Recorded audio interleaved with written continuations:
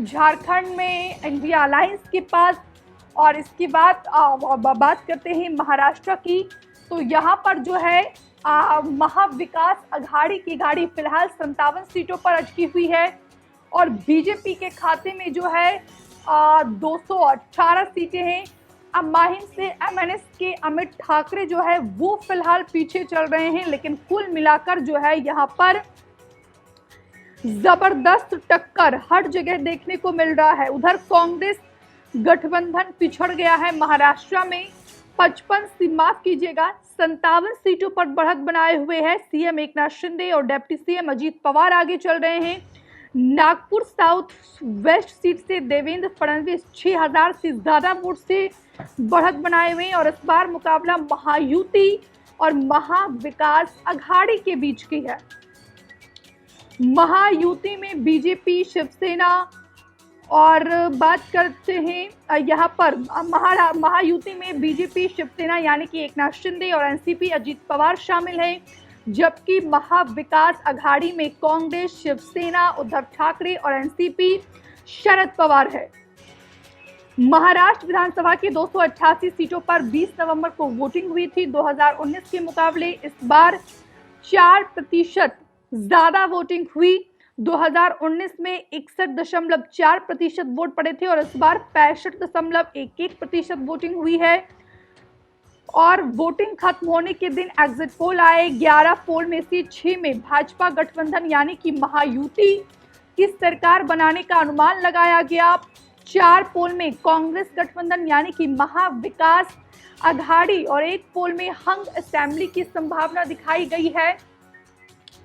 तो झारखंड में लगातार जो है एनडीए का जो गठबंधन है वो पिछड़ते भी नजर आ रही है। भाजपा दफ्तर में मिठाइयां पहुंचनी शुरू हो चुकी है सुबह से ही, हालांकि वहां पर जलेबी बन रही थी, हमने वो तस्वीरें भी आप तक पहुंचाई। और ये देखिए फिर से जो है बीजेपी 216 पर पहुंची है। यहाँ पर 1 सीट का जो है उलटफेर हुआ है महाराष्ट्र में। बीजेपी 217 से 216 पर पहुंची है और महाविकास अघाड़ी 58 से 59 पे पहुंच गई और अदर पार्टी के खाते में 13 सीटें गई है।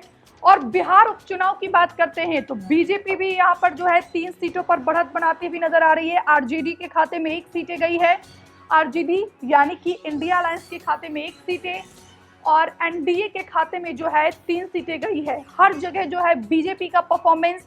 और ये देखिए झारखंड में एक बार फिर बड़ा उलटफेर देखने को मिला है।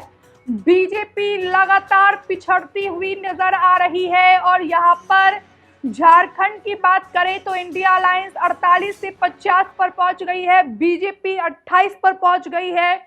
सरकार बनाने के आंकड़े से जो है बीजेपी लगातार पिछड़ती हुई झारखंड में नजर आ रही है। बीजेपी के खाते में 28 सीटें हैं और यहाँ पर जेएमएम और आईएनसी यानी कि इंडिया अलायंस के खाते में 50 सीटें हो गई है।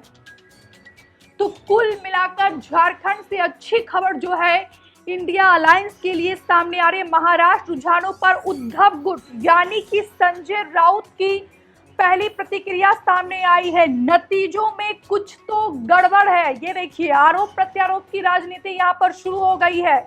शिंदे के सारे विधायक कैसे जीत सकते हैं, ये बड़ा आरोप संजय राउत ने लगाया है। नतीजे में कुछ तो गड़बड़ है। संजय राउत ने प्रेस कॉन्फ्रेंस की और उन्होंने कहा कि नतीजों में गड़बड़ी दिख रही है। जो एकनाथ शिंदे के जो सारे विधायक हैं, सारे के सारे विधायक कैसे जीत सकते हैं, ये सवाल खड़ा किया गया है संजय राउत के द्वारा। महाराष्ट्र रुझानों पर उद्धव गुट की पहली प्रतिक्रिया सामने आई है और यहाँ पर संजय राउत जो है जो रुझान सामने आए हैं इस पर वो सवाल खड़े करने शुरू कर दिए हैं। लेकिन अगर झारखंड की बात की जाए तो झारखंड में काफी अच्छा मतलब हद से ज्यादा अच्छा परफॉर्मेंस जो है इंडिया अलायंस का देखने को मिल रहा है, क्योंकि झारखंड में 50 सीटें पर जो है इंडिया अलायंस पहुंच गई है। सरकार बनाने के लिए महज 41 सीटें चाहिए थी, लेकिन यहाँ पर जो है 50 सीटें पर इंडिया अलायंस जो है झारखंड में पहुंच गई है। नाना पटोले अब वो लगातार अपनी सीट से आगे चल रहे हैं और कल खबर निकलकर सामने आई थी कि जब महाराष्ट्र में रिजॉर्ट पॉलिटिक्स की चर्चा। हमसे जुड़े रहने के लिए हमारे YouTube चैनल को सब्सक्राइब करें और नई वीडियो की नोटिफिकेशन के लिए बेल आइकॉन को दबाएं।